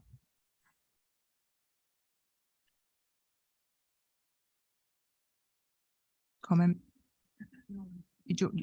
I was just going to say, with regarding what the capacity, what people have got in their bins now, in their residual, in their purple bins, not taking into account the changes that are going to be happening over the next couple of years, which is including how we know that through government mandates and such, it's going to be packaging is going to be shrinking. It's going to be small. It's going to be less to put in the bin. What's currently goes into purple bins, like plastic film, is going to end up then in the recycling bin. So there will be less going in the purple bin. There'll be smaller amounts of things going into the recycling bin. Ultimately, people's rubbish recycling will reduce over the next couple of years with these changes. So we have to take that into account as well. Also, as Chloe stated, some 43% of residual waste that we check at the depot contains items that could have been recycled, and that's where our comms strategy will come in. I'll go over to Chloe as well, sort of filling in the other details where I might have missed. Tom, did you want to come in? Just very briefly, just to follow that point from Amy, that the residual waste bins, when analysed, that content does contain nearly a quarter that is food waste, which wouldn't then be displaced from the purple bin into a black recycling bin, belongs in the food waste chain. So if we were successful in persuading residents to recycle more food waste, then that would come out of the purple bin, but not go into the black bin. Claire. Okay, so if I've understood this as well correctly, paper and card are going to be collected together. Nod or no, I thought it was fibre waste. So the plan B is for paper and card to be collected together should the government mandate that cardboard has to be collected separately. So there's a slight plan B model included in this report as well, because again, we need to prepare for the fact that the government hasn't released yet its outcome from the consultations sort of over a year ago now. So we are still awaiting that, but of course we cannot delay our procurement exercise. We need to move forward with that. And in order to do that, we're presenting obviously our service proposal, but identifying to bidders what our plan B might look like. Okay. The big concern I think that's been raised is the purple bin, because it's the waste. We can look at the purple bins and you can say, oh, there's a lot of food waste. But for families who have got 2 children under the age of 3, and they've got nappies and more nappies, the mountain of nappies, if they are not using recyclable ones. And those are the ones, when you look in the report, that talk about their bins being full or overflowing. And it's, you know, there is in the report the line that there could be additional frequency collections for some residents. So do any of our residents, do we have residents today that either do get a bigger bin, do get a bigger purple bin, and how many of those? And what do we you know, what does that mean in terms of what do we think that would be uplifted to? Another question I was going to ask you, you talked about in the report, there's a specialist waste consultant who's going to support the pre-engagement. I didn't see a cost in there if factored in for maybe that I assume would have to come in to the budgets. Again, when I looked at the numbers and the number of replies completed, it seemed as though there was only about 2,000. The stats and all the numbers were based on about 2,000 residents in North Herts, which doesn't seem to be an awful lot to basing some of the decisions if going forward. Just wondered whether or not we do need to do a bit more of communications on what the change might be, just to try and, because certainly the reaction that I've had, and I don't know what other councillors here have had, is for members of the public to have a 3-weekly collection with a little bin. I think they're all got their hands up in horror at the moment at the thought of it. And that to me would be, if people do have overflowing bins, they'll be taking bags and they'll be dumping it in the lanes, and then we'll have a fly tipping problem again, or still. In terms of Councillor Levitt's initial question around most councils who operate 3-weekly having 240 litre bins, that is absolutely true. Most councils operating 3-weekly do have 240 litre bins. However, as Sarah Kingsley mentioned prior, we currently can see in the current media, Stratford and Warwick are undertaking service change. They changed in August. They are a shared service. They operate very similarly to ourselves. One council had 240 litre residual waste bins, the other council 180 litre residual waste bins. They've gone to 3-weekly, with the council with the 240s moving to 180s as well, as is proposed for East Herts as part of this proposal. So 3-weekly isn't new. It is something that is done based on, as I say, not just the public consultation, but also the information we are getting from things like the waste composition analysis, which is an independent study that we had commissioned with Herts County to look at the waste composition for us. Councillor Strong's mentioned the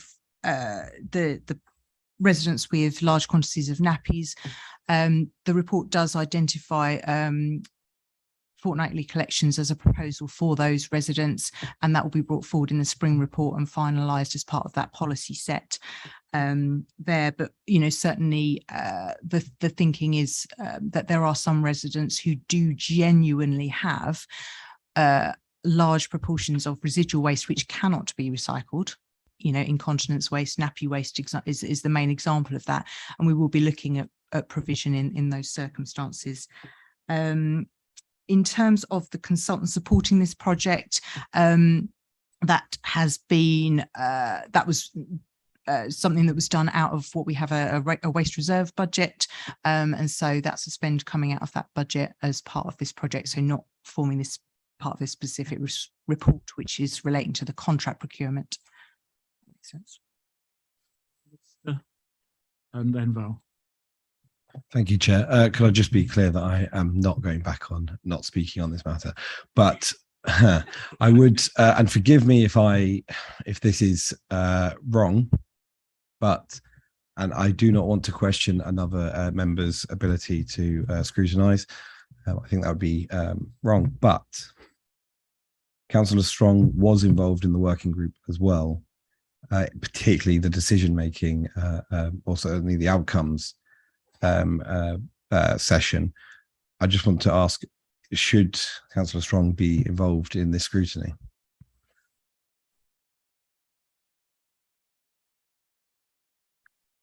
As you said at the beginning, it is up to the individual member to decide. I believe advice has been given. It is up to the individual member to decide whether they wish to take part or not.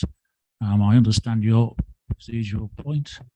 Unfortunately, I would normally seek out legal advice on this, but tonight we do not have a legal advisor in the room. However, the ultimate, whatever that advice is, the ultimate decision falls down to that member, whether they feel they are able to take part or not. You've made it quite clear you didn't feel able to take part. Councillor Strong may have drawn a different conclusion to that. and I respect that decision of that individual members. Val. I attended the kick-off meeting. No decisions were taken there. And I attended the last meeting, which was where a lot of the data was presented of what the workshops had done. I did not play any part in the decision-making, I believe, of all those workshops. I was only there at the last one, the first and the last. Thank you.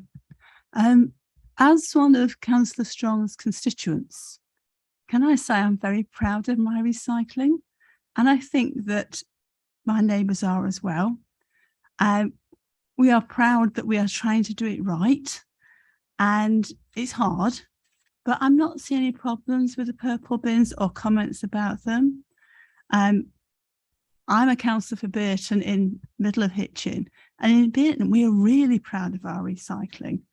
And not only is there a community feeling about this at all kinds of recycling, but in fact there are groups as well that help. And what we're getting is an overall change in ethos towards not wasting. And I think that we've got to appreciate that that change is coming and assume an optimistic approach to it. And I'm sure that in the grand scheme, there will be provisions for those who cannot live without their huge bin. But I think we've got to give most people the chance to actually try this and take pride in their recycling. Thank you. Thank you. I do understand that this is going to be quite emotive and controversial subject with the public when the proposals become more widely known. And I think, as Sarah's already said, a lot of it's going to be down to how we publicise it and how we present it. Raj. Just on the point about the public sort of consultation, it was done between sort of 22nd of July, the end of August, which was the summer holidays. I think the people that tend to have a lot of waste are people with young children, and obviously they have a lot of waste that, you know, accumulates as a result. Is there scope to sort of go back out to the public, because we see the dangers of not consulting the public about these big decisions? You know, is that something that can be done, or, you know, just a question to you, Chloe? Or is it? I totally accept your point that the consultation was carried out largely in the summer holidays, and you know, actually that is not always deemed the ideal timing. However, it was open for a number of weeks, and you know, being a parent myself, I understand that people are away, but we did publicise it in numerous ways, and I still feel that there was adequate time for people to be able to respond to the consultation if they chose to. We didn't just publicise it once, we publicised it through the whole course of the consultation. I think clearly this will potentially come as a surprise to a lot of residents, and to pick up on Councillor Strong's point, of course we are completely aware that there will be lots of residents that aren't very happy with the idea of a 3 weekly collection, in the same way that a lot of residents weren't happy about paying for garden waste. But you know, we are making recommendations based on the results of the consultation, based on the principles that we have agreed with East Herts Council in terms of environmental and financial sustainability. And essentially it's for Cabinet to agree to decide whether, you know, our recommendations are sound on that basis. I would say 2,000 responses is not a bad sample of residents, to be honest. There may be opportunities down the line. I think there's opportunities down the line to engage with residents, whether it's through a formal consultation. Genuinely, we don't have the time in the procurement timeline to go back out to formal consultation on this. But you know, as we've had the member workshops as well, so I do feel that we've tried to engage as many people in different spheres as we can, but we'll obviously continue to do that through our communications moving forward. Thank you. I've got nobody else indicating to speak. Just to be clear, the report we have in front of us is the report to Cabinet that is going to Cabinet. Therefore, the only recommendation that we need to add tonight is that the comments from the Overview and Scrutiny Committee attached to Appendix 12 be noted and considered prior to making a new substantive decision. So those will come from the minutes. And I think we're fairly clear on the comments that have been made around the concerns about 3-week collections and whether there's capacity to do it, concerns about those with larger amounts of waste. And I think the other thing mainly was that about the public consultation and public awareness and being made aware. I think good point that Raj made there. So yeah, so that's it. I don't think we need to vote on that, do we? We can do, but I don't think we need to. Yeah. So what we'll do then is take this into the committee to add those notes from the minutes to those recommendations to be presented to Cabinet. We'll have a seconder for that. Thank you, Sean. We go to the vote, please.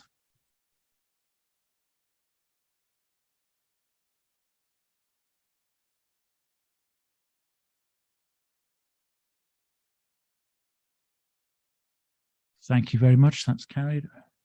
Thank you all very much for this evening. It's been a long evening. See you again next time. Thank you all.